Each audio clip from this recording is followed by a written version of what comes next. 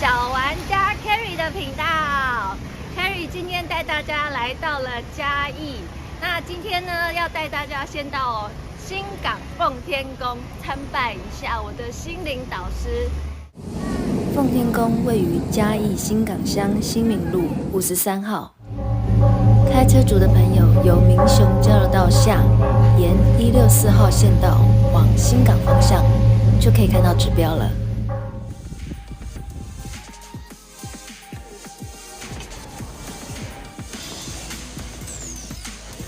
This is Traveler Carrie's channel。要进去参拜，所以我应该要买点什么进去参拜。在嘉义的话呢，我第一个想到的是新港鱼，所以我现在要去买新港鱼进去拜拜。走。在嘉义新港必买的伴手礼，当然是新港鱼啦。新港鱼也就是台湾的软糖，在这里也有许多当地的特产可以买，像是麻油、古早饼等等。哎，买好新港鱼了，要进去拜拜喽。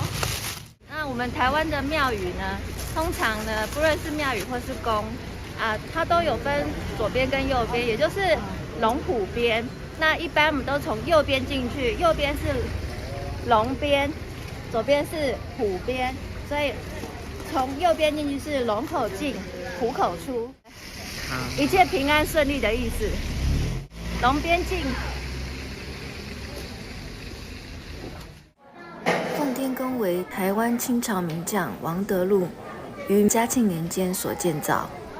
奉天宫正殿供奉主神天上圣母，庙内有许多的牌匾，现在被内政部定为3级古迹，所以一砖一瓦都很宝贵。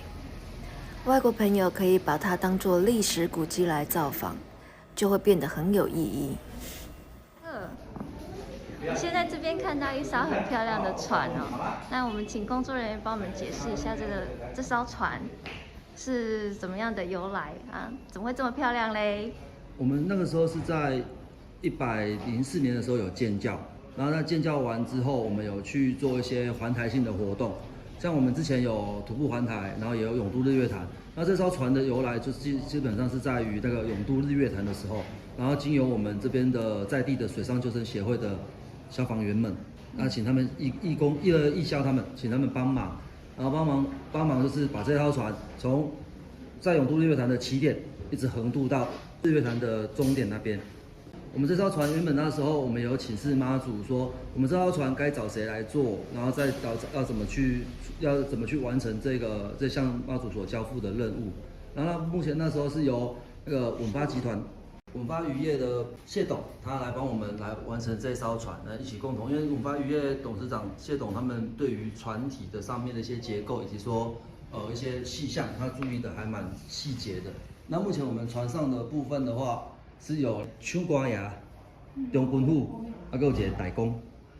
对，国语的话我就比较不知道怎么念。没关系，没关系，我们大致上可以介绍给。这种就是在于说，船上是不是要有兵？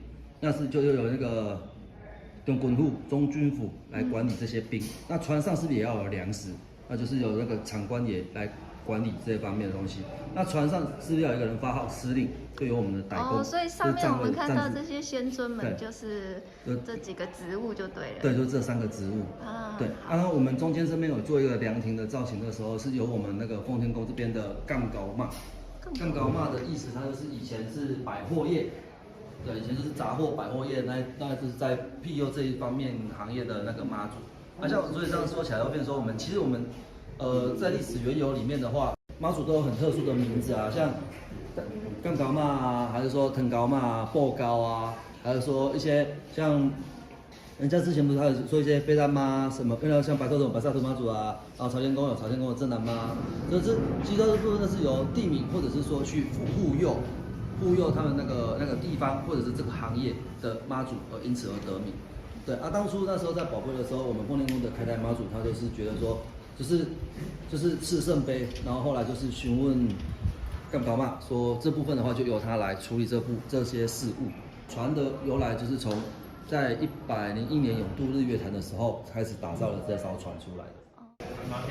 哦，我刚刚看好多女孩子在这边广播，我们像我们可以近一点。土地公的那个月老的部分呢，其实我们在早期它就有一尊月老神尊在。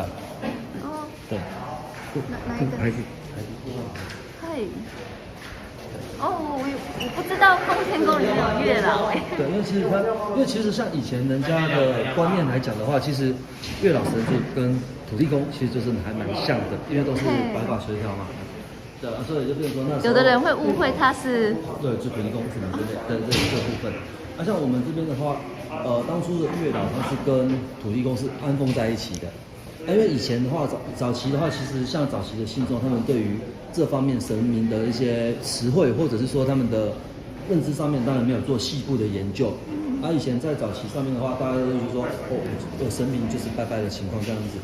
然后就是有我们管理人的部分，那就是那时候以为说月老神尊就是土地公，所以他那时候就把他就是直接供奉他为土地公。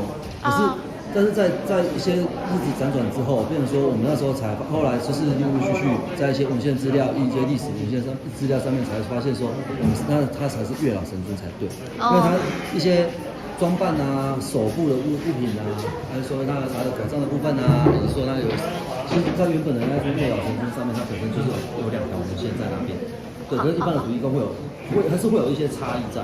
原来哦。所以后来那个时候就是一直陆陆续续，后来就是有询问妈祖、询问月老尊神，看他要不要把它恢复回来。我们月老神尊的话，目前在我们丰天宫已经有120多年的历史，是到现在才把它成立。因为后来就是我今天很幸运哈，来的时候刚好就是成立的第一天几小时而已。对，从11点到现在而已。对。另外，庙内比较特别的是虎爷殿，主是虎爷将军。这里的虎爷很特别哦，是供奉在桌上，不是桌下哦。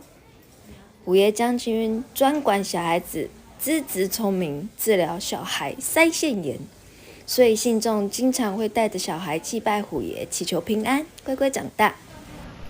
对奉天宫历史有兴趣的朋友，可以造访官方网站。现在拜访完了我的心灵导师之后呢，接着 Carrie 呢要去饭店了。